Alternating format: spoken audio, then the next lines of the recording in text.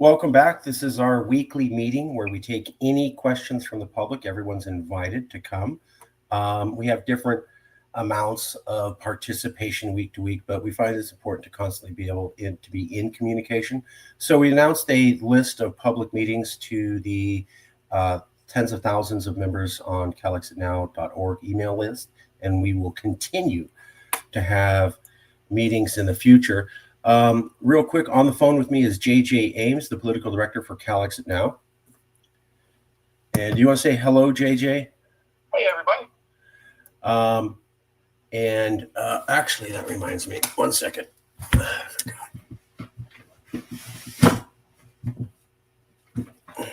Yep. Okay. So I'm putting JJ closer to the microphone so you can hear me easier. So the big news for this week is we're still emphasizing is that this poll came out right before Prop 50. Prop 50 passed. That's excellent news. This was a poll taken by CBS News the week before Prop 50. It was asking Californians about their support for Prop 50. It also asked them, how do you feel California is treated in comparison to other states? And it was 63% of Californians said they feel that California is treated worse than anywhere else in America and that we're singled out. Now, what's interesting is we put that next to another poll from only a year ago where the LA Times did a survey and showed that 48 or about half of Republicans across all of America view all Californians as non-American. We'll get into some more technical stuff, but JJ, expound for a second for the audience. Is there a similarity between these two polls? So just last year, we see the LA Times talking about, wow, it looks like half of Republicans don't like us in California. And then this year, we have a poll that shows 63%, 2/3 of Californians believe they're uniquely hated and singled out in all of America. What's going on here? Are these tied together in any way? Well, I think they reflect a near consensus on the part of both those of us who are Californians and those who are not. The anti-California sentiment runs rampant throughout the nation, particularly in those states where California tax money rather funds some significant portion of state budgets who in states that really dislike California. I mean, we're responsible for keeping the water clean in Arkansas and West Virginia and Mississippi. We're responsible for the construction of roads and bridges in Alabama and South Carolina. And yet, when given the opportunity to reflect on the contributions that California makes not only to their state but to the country, we're deemed by roughly half of those questions, those surveyed rather, not even to be legitimate Americans. So I think, and then you have the 63% result in California, where 63% feel that we're treated less favorably than every other state. I mean, you put those two results together, and you've got a picture of what any pre-divorce circumstance would look like. Let me throw another factor on top of this. So we have right now, last year, half of Republicans say that Californians aren't really American. This year, 2/3 Californians say they feel uniquely hated by the rest of America. And let me throw this one in. This year also, a poll about a month old, New York Times, and it shows that 2/3 of Americans now believe that America can't be brought back together. What I find interesting is that you have 63% of Californians believe that they're treated worse than anywhere else in America, and it's 64% of all Americans believe America can't come back together. Is this related? So we have one poll showing Republicans hate Californians. We have one poll showing Californians feel that they're picked on by America. And then we have another poll showing a majority of Americans think the country can't come together. And this is radically different from just 5 years ago when it was flipped. I mean, it used to be over half believed America could fix its problems. Now in the wake of Charlie Kirk's assassination, which was wrong and not productive.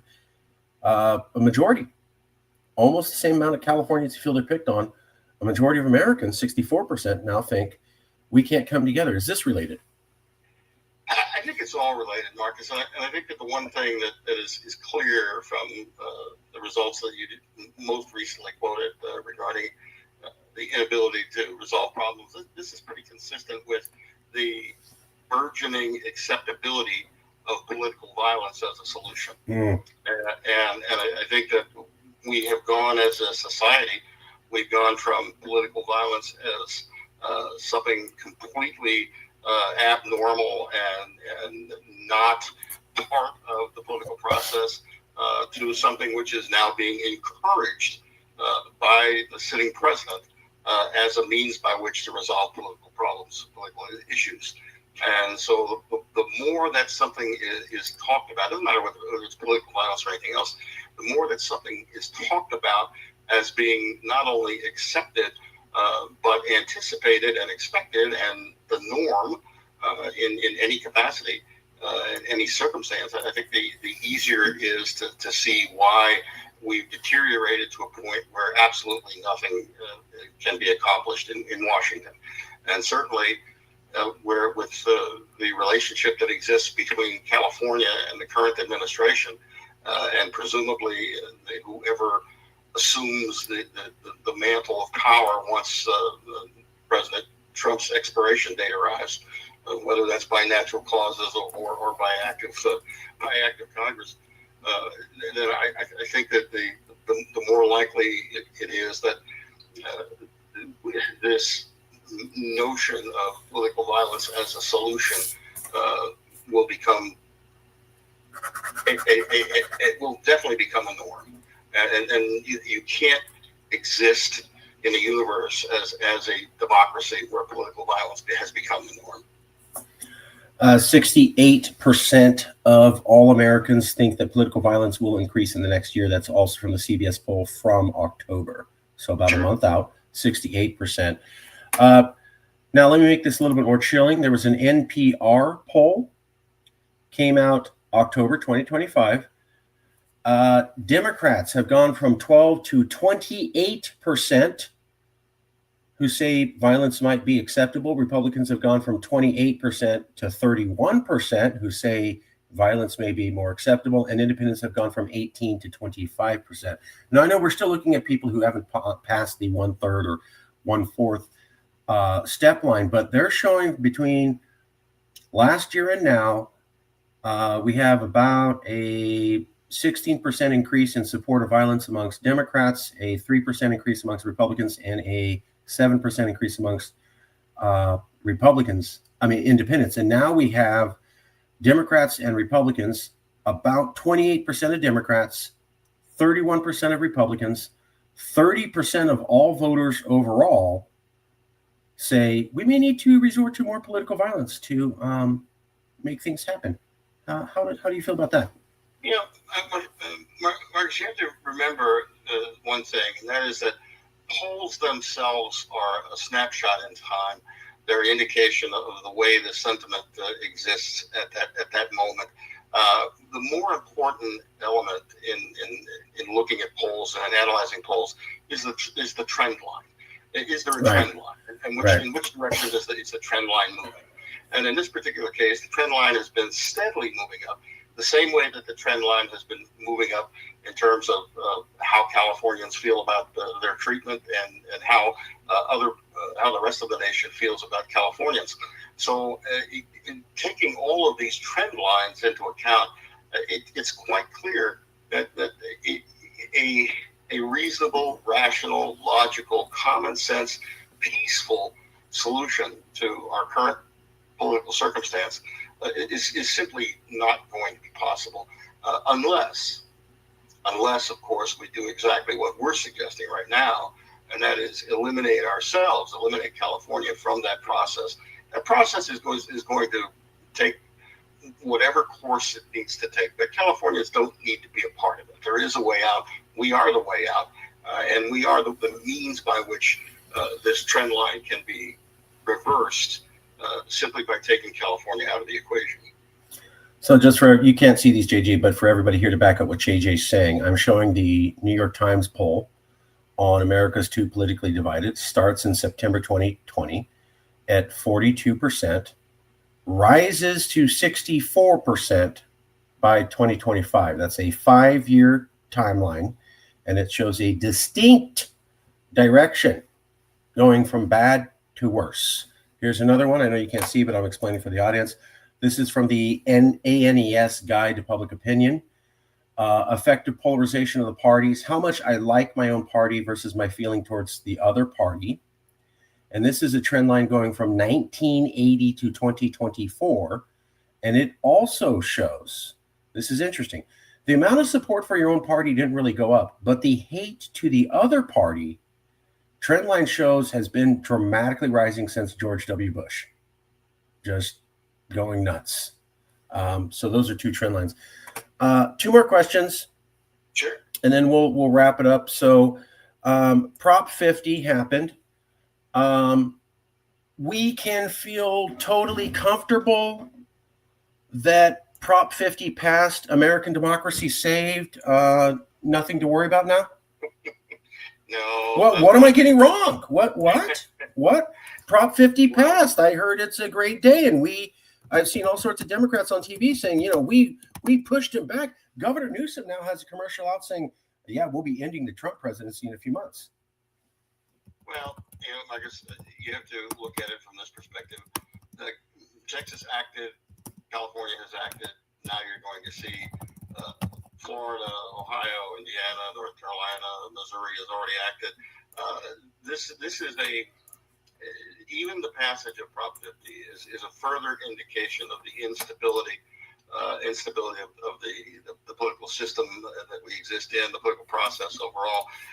You can't function at all as a democracy if you're realigning every 2 years, which will become the norm now. We did it every 10 years, so at least for a decade, people knew where their polling place was, who they were voting for, who their representative was, and they knew who to contact if they had an issue. With redistricting every 2 years, as we will now basically have from coast to coast, you're going to have people that weren't necessarily politically informed already, becoming even less politically informed when they enter the voting booth.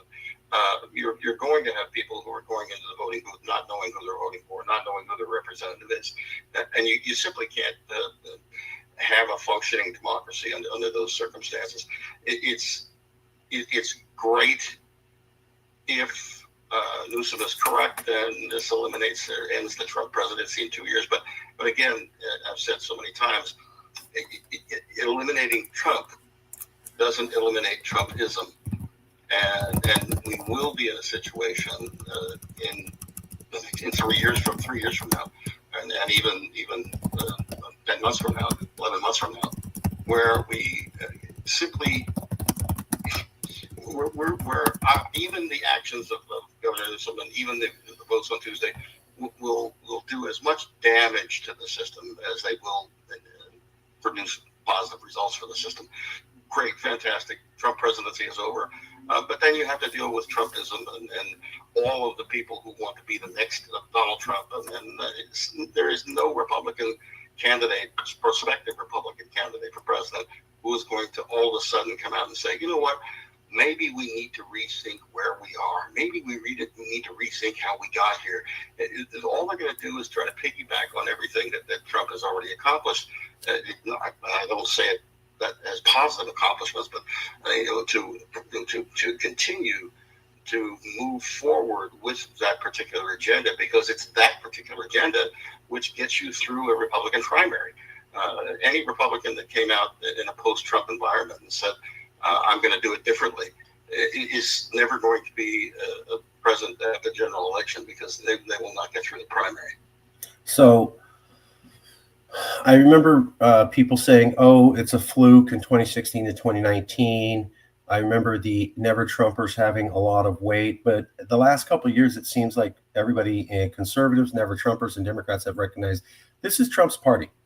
And I think what you're saying, tell me if I'm getting this wrong, let's say Trump goes away tomorrow. Poof, gone. It's 10 years of this philosophy, this behavior, this coding, this normative behavior. That doesn't just get switched off because he's gone. You're going to have people who are like, well, the base now wants Trump-like behavior. They've been trained over 10 years to do that. If I'm Marco Rubio, or I'm, who I do not support as a Latino, he's a sellout, or I'm JD Vance, or I'm somebody else, I can't go, come on, guys, let's be more moderate. I've got to be the new Trump in order to get all the Trump voters, right? Or I don't win elections. Sure, and make no mistake about it. We're talking about the Ted Cruzes and the Rubios and all of the rest of the active Republicans who are currently campaigning to be the next Trump. But we're not even considering what happens when Don Jr. says, "I want to follow in Daddy's footsteps." Don Jr. will certainly, for all that he lacks in terms of anything positive to work within this political process, he will have the ear of the base, and he may have the endorsement of his father. And what happened to him? Trump has already said many times, Ivanka would make a better president than anybody. He's setting you up. He's setting you up for, this is a family deal. This is the Kim Jong-un family all over again. And so this is the reason why Rubio is working so hard right now and trying to get his name in the headlines every single day, because he knows that. He knows what's coming. He knows that if he doesn't generate the kind of rock solid support within the base right now, then 5 minutes after Don Jr. decides he wants to be president, Rubio was out. It's the reason why all of these people are jockeying for position, because it's like I've said again over and over, we exist in a circumstance where you basically have a mafia don running the country, and when the don passes, every capo thinks it's his turn, and every opposing family thinks this is the greatest time to come in and take over. I love it. So, I don't love that. I'm a fan of history and mafia stories. I love the analogy, not the human misery. So what you have is you have a situation where things are only going to get worse, because the people who are going to be competing for that Trump base are going to have to be Trumpier than Trump in order to get the base. And who's Trumpier than Donald Trump Jr.? Nobody. So we might have a situation where, because I'm a liberal, I've been here from 2016, and the attitude was, if we just got rid of Trump, everything snaps back to place, right? Humpty Dumpty sat on a wall. If we put them back together, everything's fine. And I never believed that, because I thought, for example, when Trump said, I don't know if I want to give disaster assistance to California, when Trump said, I'm okay with arresting the sitting governor, I want to put troops around the governor to intimidate him, I want to send active military trained, invasion trained Marines on a domestic protest. I'd ask people, show me the conservative anywhere, elected, unelected, podcast, news show, saying you can't treat fellow Americans like that. You cannot deny disaster assistance to U.S. citizens. You cannot send foreign invasion trained troops against your own people. There was absolutely none of that from any Republican in any amount. Of course, if you want to be the president, you have to be the president of all of the people. And what is clear right now is that Donald Trump is not the president for Californians. He may be the president of Puerto Rico, but he's not the president for Californians. And this is not a functioning democracy at the moment. It will never be a functioning democracy ever again, because of the way in which we've allowed the process to deteriorate up to this point. This is the reason why there is only one path to life, liberty, and the pursuit of happiness. There's only one path to liberty and justice for all, and that path is Calexit. I totally agree. That's why I like talking with you, because I can show people how we get to this logic. The fact is, guys, ladies, they, them, everyone out there in California. JD Vance has been asked about his wife. She's Hindu. And hey, that's great. I'm a product of interracial marriage. Great. I love it. He has been throwing her under the bus left and right. Like, he's been talking about, I hope she gives up her Hindu faith, and people are like trash talking her, and he does nothing. I mean, it's pretty bad. If we look at Marco Rubio is the one spearheading the invasion of Venezuela. Now, I have long been not a fan of the CIA and American foreign adventures as an educated Latino person who's aware of foreign policy. But while I protested the Iraq War 2003 to 2005, there was a legal justification. Like, I know Bush didn't get the UN resolution, but he did kind of get tacit buy-in of Congress, or at least not enough to oppose him. And there was paperwork signed to move in that thing. Same thing with Afghanistan. Even Syria was kind of thrown together, but they used the authorization for the war on terror on that. So as someone who's not a fan of the CIA and American adventurism, there was at least some paper trail saying, here's the legal authorization for Americans to be over here killing these people. Okay. There's nothing for Venezuela. Nothing at all. They didn't even try. They won't even answer the questions. They're making lawyers go. They're firing military lawyers. They're making generals sign NDAs. Nothing on that scale has ever been done. It's just cold-blooded murder. That's all Marco Rubio. And so I'm supposed to believe Trump's gone, and a guy who's willing to let the country trash talk his wife because of her racial background, or a guy who is the most allowing of blanket killing on the national scene with absolutely no legal justification. Yes, that's a fact. That these two guys are going to be more moderate than Trump when they're trying to take the whole base, and the base is cued for Trump-like behaviors? No, yeah, they will simply follow in the footsteps, and they will actually accelerate the process of moving into what I believe is on tap, and that is an authoritarian oligarchy. And we're moving right into a Russian style government, where you've got a leader at the top who couldn't give a rat's ass how many people die as a result of his actions, lawful or unlawful. And you're dealing with a malignant, narcissistic sociopath who has a God complex, and that's you can't run a business that way, as 7 bankruptcies have proven, and you can't run a country that way, as our descent into an authoritarian oligarchy has proven as well. I'll do you one even more. Russia had the Wagner paramilitary group, go back into Russia to try to storm Moscow to like kind of overthrow the government. The Russian people didn't support them. They didn't know it was an overthrow. And then when it came out, they're like, no, we don't back that. We don't even have that in America. The Republican Party, the Capitol was stormed in 2021, and that was bad. But I thought there might be some sort of something good out of this because everybody repudiated it. And I thought that might be a learning moment. How scary or unreasonable or reasonable is it for me to be terrified, not by January 6th, but by the fact that a party that owns half the population, sorry, my bad, sorry, Mom, half the population a year after January 6th said, not an insurrection. It's cool. It's a barbecue. Nothing here. Nothing bad. I take back my condemnation. So not only can you storm the Capitol, but you can have half the country and the controlling party say, that's cool. The Russians don't even do that to their own government.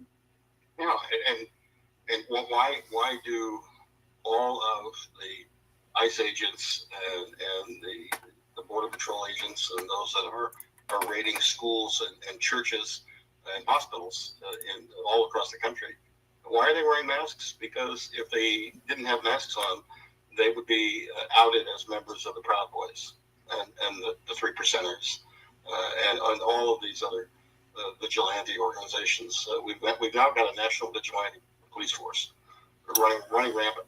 Yeah, I think there was a place called the Nazi Germany 1935, and they had a group called the Brown Shirts that provide a similar platform. They'd go rough people up and scare the public. They didn't kill anybody per se, but they would go and rough people up, and you knew Watch what you say in public. The authoritarian playbook, we're about midway through it at this point, and by the time we get to the end, the rest of the country, hopefully not California, because hopefully we'll be gone by then, but the rest of the country will realize exactly how bad things were. And there's still this sentiment in much of the country that suggests that, well, it can happen anywhere else, but it can't happen here. And it's this myth of American exceptionalism that's going to continue to drag us down farther and farther to the point where, I think we've already passed the point of no return. I truly believe there won't be midterm elections. I truly believe there won't be a 28 presidential election.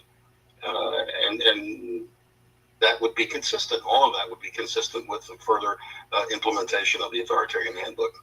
So we have Marcy Shore. I've talked to you about her. She said the same thing that you did. Expert on totalitarianism, left one of her universities to move to Canada. The lesson in 1933 is that you get out sooner than later. I'm a historian of totalitarianism. My colleagues and friends, they were walking around and saying, we have checks and balances, so let's inhale. Checks and balances, exhale. And I thought, my God, we're like the people on the Titanic. Expert, one of the top 3 experts in all of America, maybe the entire Western Hemisphere, on totalitarianism. She's now not in America, and that's what she said on her way out. Yeah, and anyone, I hate to say it this way, but anyone with 4 or 5 live brain cells can predict the future in this particular case. You could have predicted this future. 10 years ago. Some of us did, and that's. But none of that changes anything. It's one of those circumstances where you don't want to be right. You hope you're not right, but you are. And in this particular case, we've gone so far down the rabbit hole that we've also crossed the Rubicon in the process. There simply is no turning back from where we are right now. And even though Prop 50 happened, the Republicans are going to be redistricting, but let's say that's beaten. I think what you were getting at, and I'm showing a picture of Governor Newsom saying, Donald Trump is trying to rig the midterm elections. I fear we will not have an election in 2028. And then now I'm showing a picture of Barack Obama, who ran all of America, but came here to promote a California alone vote. And he said, California, the whole nation is counting on you. Even though we've passed Prop 50, and there's a lot of celebration, hoorah. I think what you're saying is the fact that you even had to go through an effort where it came down to a vote in one state to save the entire country, and you have the governor saying, I don't know if there's going to be elections, and the former president, who was seen as competent, saying, I don't know if there's going to be elections, that even though you passed Prop 50, you're not out of the woods. Maybe you survived a heart attack, but you still have a heart attack ready body, right? Like the conditions of the arteries and your blood flow didn't get improved just because you survived a heart attack. You're still jacked up, ready for another heart attack. How do you feel about that? Yeah, see, there's things that we know, and there's things that we don't know that we speculate about, and then there's things that we hope for. And in this particular case, to say that one state could save a democracy, that's in the hope for category. So we have to drop back to the what we know category, because it's what we know that is our reality. And what we know is that Donald Trump was convinced early on in his presidency that his policy agenda would be so wildly popular that he didn't have to worry about midterm elections, because he's going to win all 435 seats. Right. And then we went from that to the policies being revealed, not being received in the way that it was hoped for by the Republicans. And so it was only at that point that Texas got the phone call. Because now we know that we can't win these midterm elections on the strength of our policies. So now we have to go to process, and we have to change the process. We have to alter the process by which those Congress people will be elected. So we alter the process by going to Texas by going to North Carolina, by going to Florida, by going to Ohio and Indiana and Missouri, and rigging the system so that only one party can win. And now we see the California acts in response. New Jersey may act, New York may act, Illinois may act, Maryland may act, Massachusetts may act, and in the event that they do, all that does is force the hand of the current occupant of the White House to go the next step. And what is the next step? We had 7 million people come out in a peaceful No Kings protest. There were, I think, either high 20s or low 30s of arrests, but they were all arrests of maggots. They were all arrests of counter protesters, not protesters. So what was attempted there was an effort to incite violence so that the Insurrection Act could be implemented, could be invoked rather, and then martial law implemented and elections suspended. So keep in mind this, that we talk about things that we know and things that we can anticipate. I anticipate that you'll see a 6-foot-tall frog pull a flamethrower out of his frog suit, and you will then get the violence that's needed. There'll be infiltrators inserted into peaceful protests who will become violent, giving the administration exactly what it needs to invoke the Insurrection Act, implement martial law, and suspend elections. Because now what is known is that that's the only way, after Tuesday's votes, that's the only way that the current administration is going to remain in the center of the circled wagons. Because he can't lose the midterms. If he loses the Congress, if he loses just a House of the midterms, then you're going to see Democrats heading up all the committees. You're going to see investigation upon investigation upon investigation, probably an impeachment, and who knows what else. So, and Trump is not going to allow that to happen. He's right now promoting the indictment of a sitting U.S. senator. He's willing to destroy the process in order to maintain his power. He's willing to burn the House down. He's already knocked half of it down, but he's willing to burn the House down rather than run the risk that he and all of the cronies end up in jail. Bannon has come out publicly and said, if we lose the Congress in 2016, we're all going to jail, me included. And under those circumstances, I mean, desperate people do desperate things. Desperate, malignant, narcissistic sociopaths with God complexes do even more desperate things. Let me ask you about that. So, yeah. Well, first, I think what you're saying is, okay, Prop 50, you pushed them back. And this was my problem with people who were celebrating. They're going, oh, see, the system works. And I go, he's just going to figure out something else to do to rig the whole system. I think that's what you're saying, is that you just made him even more desperate. Exactly. The situation is such now where, for as much as he could not have afforded to lose the midterms prior to Tuesday's vote, he now absolutely cannot afford to lose the midterms, and he understands that. And if there's one thing that everyone knows about Donald Trump is you don't have to back him into a corner to feel his rage. All you have to do is exist, live and breathe, and you're going to feel the rage. Now that he's backed into a corner, again, you've got all the indictments that have already hit. The indictment of Adam Schiff is coming. The indictment of who the hell knows who else will be coming.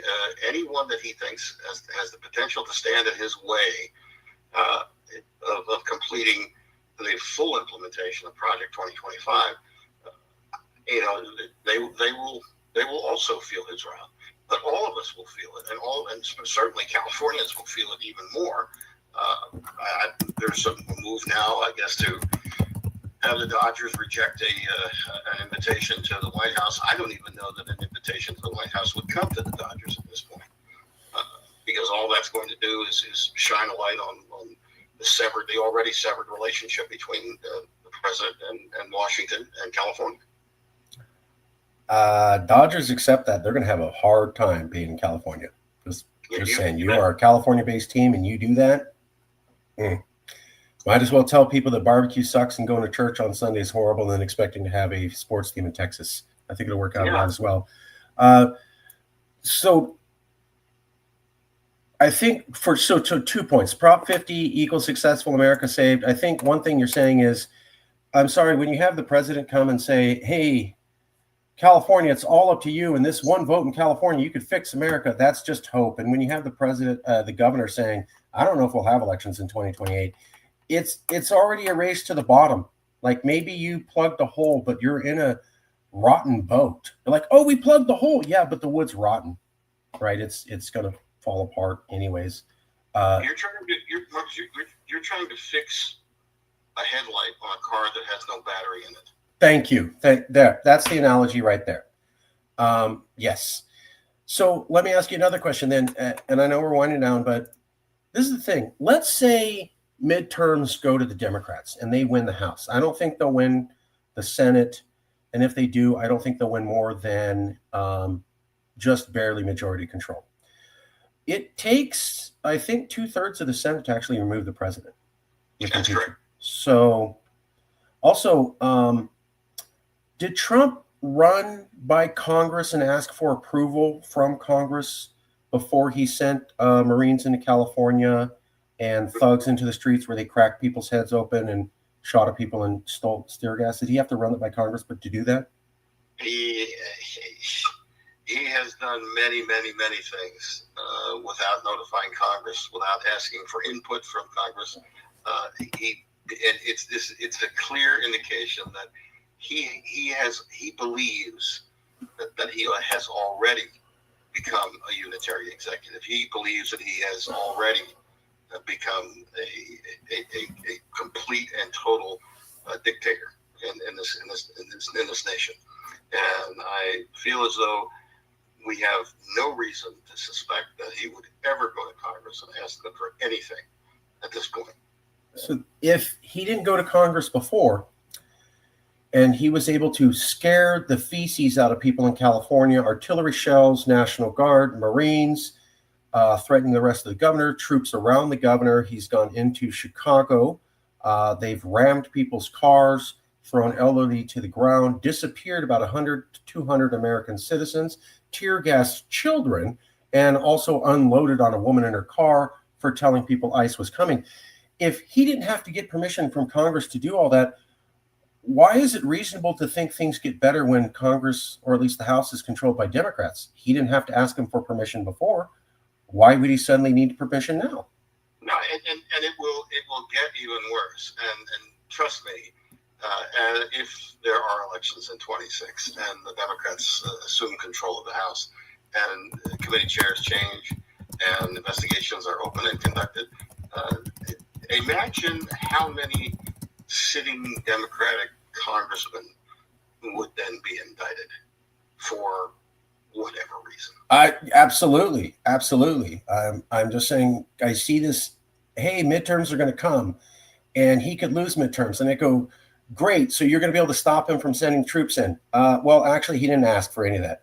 You can stop him from sending the Marines in, or the artillery, or ramming cops, or putting people in masks. Well, actually, he didn't ask Congress for any of that. Okay, well, great. Well, we can at least impeach him and remove him from power. Well, actually, you need 2/3 of the Senate. And the chance you're going to get that is basically not at all. So, yeah, you can have impeachment trials. You had 2, and they didn't remove him from power. So, okay, hey, we won midterms, and we won the House, and we have barely control of the Senate, which is the best you're going to get. Can't remove him from power, and can't stop him from doing any of the madness he's done in the last 3 to 4 months. Am I getting this wrong? You're completely correct. Oh. So what about lawsuits? I see a lot of governors and other people saying, hey, well, we got the courts to order Trump to get those troops to back down. And we've got a lot of liberal judges at the courts. One thing I keep thinking is, well, you only got the courts to stop them after a couple months of chaos, right? So people were already disappeared, gassed, beaten up, terrorized, communities ripped apart, children, all their parents removed, disappeared. A couple months goes by, people end up in torture camps in El Salvador, and then a few months later you go, ah, stopped it. Does that say safety to you? None of the cases have gotten to the Supreme Court yet. That's my next question. How do we know the Supreme Court's going to back up all these lower liberal judges or Trump appointees who seem to have some sensibility attached to them? No, they haven't to this point. And again, the Supreme Court situation is about to get significantly worse because one of my other predictions is that prior to the end of his term, that Thomas and Alito will both retire, allowing him to appoint 2 additional 40-year-old justices out of the Federalist Society, and then you'll have a rock solid 5-4 maximum best case scenario, a 5-4 best case scenario for the next 50 years from the conservative side. So that will, again, I had this argument with Mark Elias, had this argument with a number of other people. The courts are not our friends. They may be our friends at the district court level. They may be our friends at the Court of Appeals level. But every case which has gotten to the Supreme Court has resulted in an opinion favorable to the administration. And that's not going to. And it's going to get worse. And you mentioned those guys, Sotomayor, they won't bring this up, but as a Latino, like Latin people have horrible health rates with diabetes. It's basically like our sickle cell anemia. That's a thing that plagues the African American community. Very sad. For Latin people, diabetes is off the charts. It's in my family. Sotomayor has the highest level of diabetes you can have before you die. And she's Latin, and they won't talk about that. And I'm just like, okay, are we going to do a Ruth Bader Ginsburg part dose? Well, she'll hang on as long as she possibly can during the current administration. But even if she hangs on, and even if in 2028 there's a Democratic administration that comes in January 2029, Thomas and Alito will have already retired and been replaced, and that 5-4 best case scenario will exist regardless of what happens with Sotomayor. That's my thing. Hey folks, we're looking at 3 more conservative judges on the Supreme Court. Supreme Court is the most conservative it's been since 1920, according to National Public Radio. You have to go back 90 years, close to a century, to find a Supreme Court that was this conservative. That's not opinion. That's hard level. That's expert opinion from legal scholars basing it on the time. And we're going to get 3 more conservatives, so it's going to be even more conservative. Will a even more conservative Supreme Court than what we've seen now that overturns Roe v. Wade and says, go ahead and redistrict, do what you want in Texas, that's fine. Does this go to a good place? I think the only place it gets to is a place that none of us want to be at. Just saying. All I hear is triumphalism. Forgive me. All I hear is, we won Prop 50 and California sues Trump and we win. And I'm like, you guys sound like you're going to win this battle. And I don't see them bring these things up that you and I did in about 5 minutes. Yeah, well, because there's this perpetual natural tendency to want things to work. There's a natural tendency to want to take something that's broken and fix it, because we're all the grand fixers of everything. And I retreat back to what I just said, that we're trying to fix a headlight on a car that has no battery. So just for everybody to follow along, you can't stop Trump's actions on the people, even if the midterms go to the liberals. You can't impeach Trump, even if it goes to the liberals. The Supreme Court rules over all lower districts, and liberal judges took 2 to 3 months to act. And I'm not hearing anybody bring these up. It's just, hey, stop secession, we can fight back. Last question. Can you just not pay federal taxes, as Governor Newsom suggests multiple times on social media? Is that legal? That's a legal thing to do? That is not a legal thing to what? do. And if the governor doesn't want to pay his taxes, good on him. But to encourage tens of millions of Californians not to pay taxes when it would be the individual running the risk of property seizure in jail and what have you. And if mass numbers of Californians all of a sudden stop paying taxes, the Justice Department would probably take all of the agents off of immigration cases and put them on tax cases. It's just that simple. I have a buddy who works in the IRS, and he knows, and I'm not going to go down conspiracy avenue. I'll just say there's some evidence that when they passed the Social Security income tax thing in the 30s, maybe they didn't get all the resolutions passed by all the states the way FDR said. I'm not going to get into it. For me, it's been around 80 years, right? And you're like, I'd want to go argue a decision from 100 years ago when the whole system rests on it. Pay your taxes. Like, I think taxes are too high. I'm an ex-Republican. I left because of the racism, but California doesn't collect tax revenue. You as the individual would be saying, I'm going to break federal law, and I'm letting you know that I break federal law. And my buddy who worked in the IRS, he goes, the moment you say I don't have to pay taxes, or you bring up like some constitutional thing, they have a special file they put you in called the We Don't Mess Around. And now you're going to mess with the IRS cops. And the IRS has zero tolerance for anybody who wants to be a constitutional debater.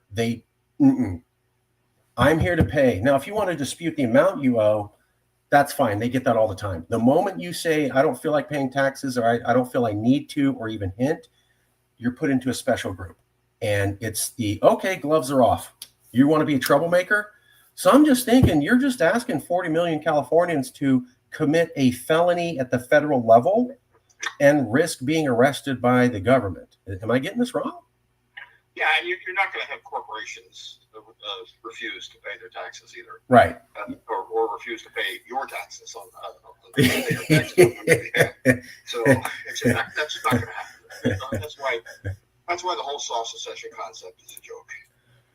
I just keep coming over it like, okay, we have these legal challenges against Trump. Great, 2 to 3 months afterwards. And I noticed it's Rob Bonta and Newsom who were never arrested and never on the streets and never disappeared and never roughed up, saying this calmly. And I go, would we say that to the Mexicans who were disappeared for 2 to 3 months? And then their family members just reappeared 3 months later and goes, well, I wasn't killed. Is that somebody who's going to go on TV and go, man, this is working. I feel secure as hell. I don't see they don't interview the people who got railroaded. They interview the people high up in the Ivy Tower who aren't at the street level and say, it's cool. And I go, is it? Because you're not protecting those people, and you can't impeach Trump, and you don't control the Supreme Court, and it's going to get worse. And as much as I hear about, this judge stopped what Trump did, 2 to 3 months later, oh, well, we're going to take over Congress. Great. He doesn't have to ask for Congress permission to do any of that. The president has incredible powers that the people have given that role over the last 30 years. It would take a generation to undo all that. It's called a strong executive. And the president has assumed powers that are not here to assume. So. And I am reminded here to point out that, and how likely do you think this is? Supposedly, the Supreme Court has said they're going to, or someone said they're going to relook at the Voting Rights Act. There's a case pending right now that would effectively got what. Why don't we just have a case on electing Satan? Just like, let's just be honest here. You know, we're Beelzebub, burning children. My God, I'm still getting over the fact that they shot tear gas at kids in Chicago. And the Trump administration and Kristi Noem could say nothing about it. You had to have Pritzker go on TV.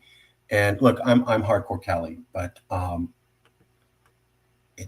he looked like a man who was on the edge. Like he was going, I can't believe I have to say this. Can you please not tear gas the kids? And I believed him. I know politicians play games. I get it. I know he wants to be president, but that 12 seconds on TV, I believe Pritzker, that he was in a, oh my God, where are we? Where does this go? You're gassing kids, and I have to beg you not to? Like, it's just it's a downhill slide that we can't come out of. Okay, last thing I'm going to show you was that same poll that showed that 48% of Republicans view Californians as not American. I looked into it. It also showed that, what was it? 67% of Republicans believe California is a net negative on America, that it does absolutely nothing positive to America in any way, not economically, not culturally, not socially. Basically, 70% of Republicans across America believe that we are nothing but negative for America. How do you think about that?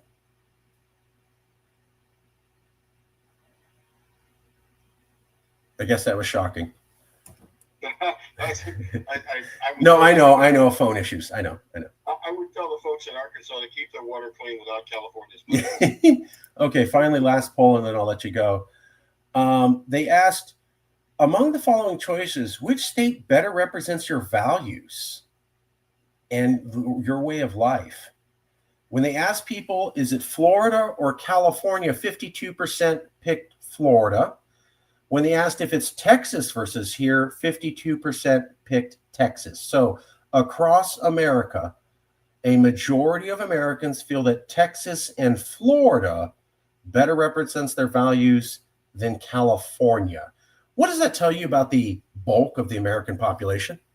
Well, it may be true that 52% the Texas and Florida do represent the core values of Texas and Florida, and that's just further evidence in support of what we're trying to achieve. Because we know what our values are in California. We project them every day in what we do and in the policies that we put forward. We're not Texas, and I would say 75% of the respondents to those questions have never been to Texas or Florida. I'm just like, okay, so Roe v. Wade gets overturned, and people here are like, how could this happen? And I go, here's how it could happen. Americans don't share your values. I had this argument in 2016. Oh, Hillary beat Trump. Yeah, by the population of California votes alone, which meant over half of Americans liked Trump in 2017. And nobody wanted to hear that. And so here we go. Compared to us to Texas, I think that's really shocking.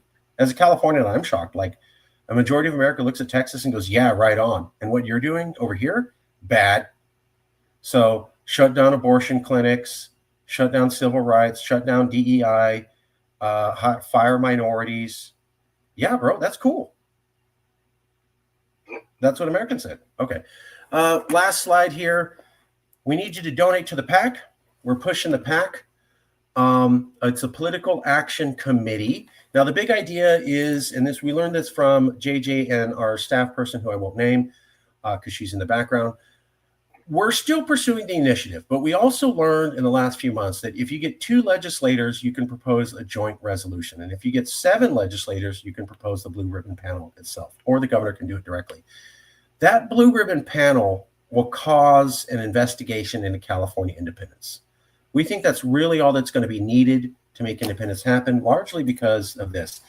If you can picture the news headline of the world's 4th largest economy officially is investigating independence, it'll be breathtaking. It'll be epiphany creating, cataclysmic. And so we think everything would happen from there. Now, in order to do that, we need the PAC. What we've learned recently, since Citizens United, that horrible Supreme Court case that said corporations can have unlimited amount of money in politics, while we're not doing that, what we found is that if you want to be taken seriously in the political establishment, you have to have a PAC, and you have to have it formatted the right way. Now, we have JJ Aids. He's worked in D.C. for a long time. He's an expert, and we have a PAC. So we need you to help support the PAC so that we can push the Blue Ribbon Panel. We'll be sending this script out soon. It is our email and call script. While we're reaching out to politicians, we're asking for you to do the same, emailing and calling people. So last question for you, JJ. Why is a PAC important to Calexit? Why is it key for us being able to have political capital and make things happen? This is a statewide campaign in California. It'll take literally hundreds of millions of dollars to achieve the goal. If we don't achieve the goal, everybody loses. If we do achieve the goal, everybody wins. 2 things you never have enough of in any campaign: time and money. We need more time, more money. Without both, it can't be done. And we will end up wallowing in what Trump has created, not only for the rest of our lives, but for the rest of our children's lives and their children's lives. This is why we need support in the PAC to achieve this goal. We'll leave it there. I'll call you back in 1 minute, okay? Actually, I've got something I got to do right now, but I will call you back right after I'm done. Sounds good. I'll talk to you in a little bit. Thanks. Bye. Peace. Okay, well, thank you for joining us. Thank you for coming out. Thank you for the questions from Rick and others in the Calexit movement. Appreciate this. We will continue to do this and have more meetings coming up. But we also like to do the updates so that you can see, because the number one question is why keep doing this? Every month it's why keep doing this? Why are you doing this? And what I wanted to show people that while I abhor human misery, the fact is this is the best time ever for California to leave America. We just showed you all the statistics. There really isn't another path. It's not going to get better. If Democrats win midterms, they won't be able to stop the harm. It's not going to get better with the courts. The Republicans have blocked that path to freedom off from anyone. It's not going to get better if Trump is removed. The people will fight to take over his title. And so the only option is to get out. I know that we want to battle with Prop 50, but even that's going to be losing because the Republicans have more states and they'll just redistrict faster. And like JJ said, it's going to be we redistrict every 2 years now. So it's just going to be total chaos. And about 35 to 45 states are conservative, so they'll win that war. So you can't beat Trump in the election box. You can't beat him by death.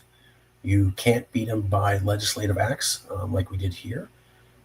Taking control of the Congress, unless you have overwhelming dominant authority, like 2/3 of Congress is controlled by Democrats, which will never happen again in American history and isn't going to happen in this next election. And that's, I mean, even if Democrats got like a slight controlling majority, what I wanted to point out is it doesn't stop Trump from all the chaos he's doing, and they can't actually get rid of him.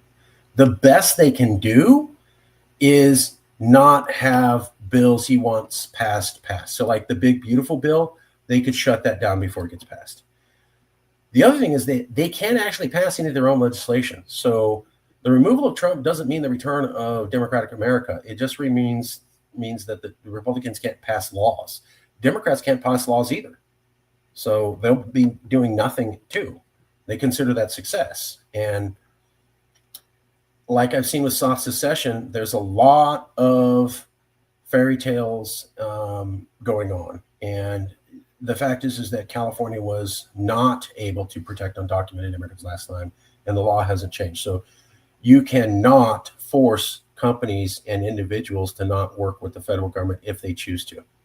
And so you can't ensure that you won't aid ICE at all. You also can't stop the Trump government from cutting funds to California because they don't align with his policies. That was backed up. And you can't shut down the border wall, and you can't punish anybody who supports the border wall. And you couldn't stop unlimited detentions, and you can't stop private prison centers, and you can't stop people being picked up, even if they're American citizens or even if they're not, and basically being killed in those prisons. So you lost on all that, and you can't actually stop Trump from giving oil leases on California oil and land. Nobody brings that up. When you look at Bonta and Governor Newsom and reporting by Cal Matters, they seem to suggest that, hey, we're winning the whole thing.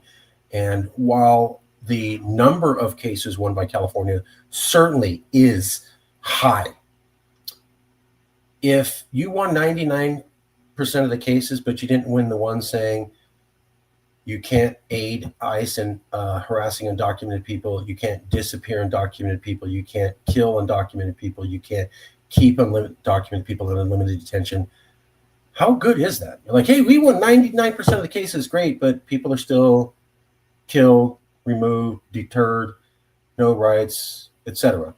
And you did nothing, and you can't enforce any of that. And you can't push back on the Trump administration, and he can cut your budget for doing this. And the Supreme Court backed that, and the court's more conservative than it was in 2016, and it's going to be even more conservative in the future. So the only way out for sure is this. We'll leave it there. Thank you.